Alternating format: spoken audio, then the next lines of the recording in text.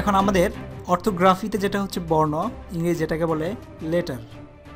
So এই বর্ণটা আমাদের কী কী আছে সেটা জানতে হবে। আমরা যেরকম বাংলা ভাষায় বর্ণ আছে যেরকম, সেরকম ইংরেজিতে বর্ণ আছে। তো সংজ্ঞা যদি আমরা বলি, ইংরেজি ভাষাকে লিখে প্রকাশ করার জন্য কতগুলি চিহ্ন বা সংকেতের প্রয়োজন।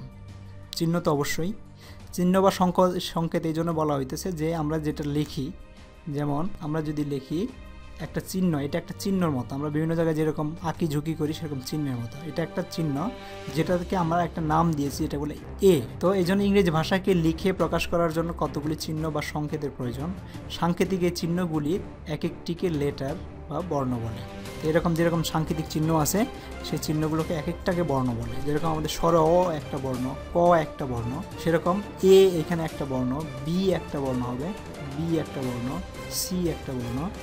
তো এগুলোকে আমরা এক একটাকে বর্ণ বলি। তো এখন আমরা জানি ইংরেজি ভাষাতে মোট 26টি বর্ণ আছে। মোট 26টি বর্ণ আছে। এদের সমষ্টিকে ইংরেজিতে আলফাবেট বলে। আমরা যেরকম বলি বর্ণমালা বাংলায় বলি, সেখানে এই বর্ণমালাতে হচ্ছে কি আমাদের স্বর স্বরয় রস্বই দীর্ঘই থেকে শুরু করে ক খ গ যতগুলো বর্ণ আছে সবগুলোকে আমরা বর্ণমালা বলি। বর্ণমালাকে ইংরেজিতে বলা হয় আলফাবেট। তো এদের 26টি এই সাংকেতিক চিহ্নগুলোকে আলফাবেট হিসেবে নেওয়া হয়। তো এই বর্ণসমূহে আবার দুই ভাগে উপস্থাপন করা হয়, বড় হাতের অক্ষর বা ক্যাপিটাল লেটার যেটাকে ইংরেজিতে বলে, ও ছোটো হাতের অক্ষর বা স্মল লেটার যেটাকে বলে। ক্যাপিটাল লেটার যেটা হচ্ছে তোমরা অলরেডি হয়তো জানো, এ বি সি ডি এইরকম সাংকেতিক চিহ্নগুলোকে ক্যাপিটাল লেটার বলে। আবার স্মল লেটার হচ্ছে এই এ কেই আবার এটাও এ, এটাও এ, এটা হচ্ছে ক্যাপিটাল লেটার, এটা হচ্ছে স্মল লেটার। তো স্মল লেটার আমাদের দরকার পড়ছে, কারণ ক্যাপিটাল লেটারে সবসময় আমরা একটা পূর্ণ সেন্টেন্সকে লিখতে পারি না, লিখলে ভালো দেখাবে না, তার জন্য এগুলোকে ছোট করে নিয়ে আসা হচ্ছে। কোনো একটা সেন্টেন্স লিখলে বা বাক্য লিখলে দেখতে সুন্দর লাগবে এবং পড়তেও সহজ হবে। তো এই জন্যই ক্যাপিটাল লেটার স্মল লেটার দুই ভাগে ভাগ করা হয়েছে। তো এখন আমাদের যেরকম বাংলা ভাষাতে কোনো কিছু লিখতে হলে আমরা লিখি, যেমন লিখেছি ইংরেজি, এখানে হচ্ছে রস্বই উনেশ্বর রয় একার বর্গের জয় রস্বইকার। কিন্তু ইংরেজি ভাষাতে তোমার এরকম একার ইকার লেখা হয় না, এর পরিবর্তে এগুলোকে আমরা কি বলি, আমরা বলি ভাওয়েল বা স্বরবর্ণ। যেরকম স্বরে অ স্বরে আর রস্বই দীর্ঘ, এগুলোকে আমাদের ভাষায় হচ্ছে স্বরবর্ণ। ইংরেজিতে 26টি যে বর্ণমালা আছে তার মধ্যে 5টা বর্ণমালাকে ভাওয়েল বলে, যে ভাওয়েলগুলো দিয়ে আমাদের আকার ইকার রস্বইকার দীর্ঘ ইকার এগুলোকে আমরা এই জিনিসগুলোর পরিবর্তে ব্যবহার হয়, পাশাপাশি বসে এগুলো ওইভাবে উচ্চারিত হয়। তো সেই 5টা বর্ণ হলো কি, এ ই আই ও ইউ। এই 5টা বর্ণ নিয়ে আমাদের ইংরেজিতে স্বরবর্ণ বা ভাওয়েল, স্বরবর্ণে ইংরেজিতে বলে ভাওয়েল, ও বাকি 21টিকে কনসোনেন্ট বা ব্যঞ্জন বর্ণ বলে। এই 5টা বাদ দেওয়ার যে আর বাকি যে 21টা আছে তাদেরকে কনসোনেন্ট বা ব্যঞ্জন বর্ণ বলে থাকে। শব্দতে যে কাজটা আমাদের করতে হবে সেটা হলো ওয়ার্ড। শব্দের ইংরেজি হচ্ছে ওয়ার্ড মানে হচ্ছে শব্দ। এখন আমরা শব্দ বলতে কি বুঝি? শব্দ বলতে বুঝি যে আমরা যেটা আমাদের মুখ থেকে উচ্চারণ করি সেই শব্দ থেকে একটা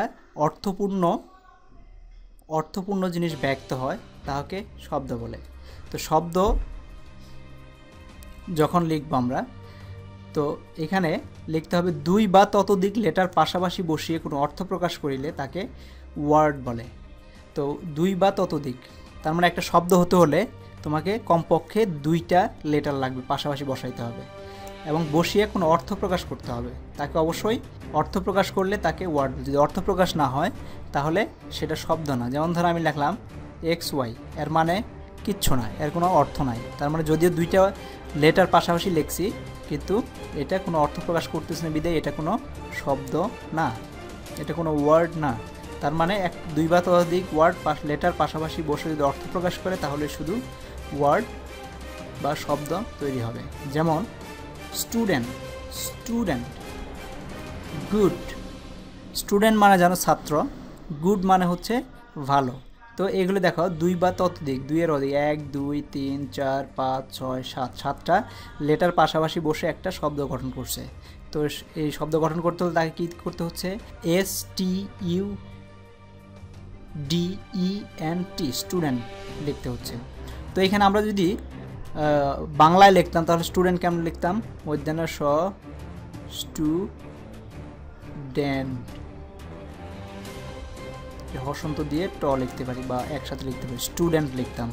তার মানে এসটি, দেখো এটা আমাদের ব্যঞ্জন বর্ণ, তার সাথে একটা রস্য উকার গেছে, দেখো স্টু, এসটিতে স্টু, আর রস্য উকারের জন্য এই একটা ভাওয়েল হলো।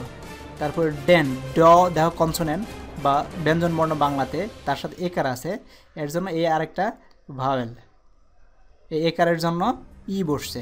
তো স্টুডেন্ট, এনটি হচ্ছে বাংলায় ব্যঞ্জন বর্ণ, এখানেও দেখো এন আর টি হচ্ছে ব্যঞ্জন বর্ণ। তো এইভাবে কনসোনেন্ট এবং ভাওয়েল পাশাপাশি বসে একটা শব্দ তৈরি করবে, এবং একার রস্য উকার একার ওইকারের জায়গায় ভাওয়েলগুলো বসে। তো গুড মানে হচ্ছে ভালো, এখানেও একাধিক শব্দ লেটার বসে একটা শব্দ তৈরি হয়েছে।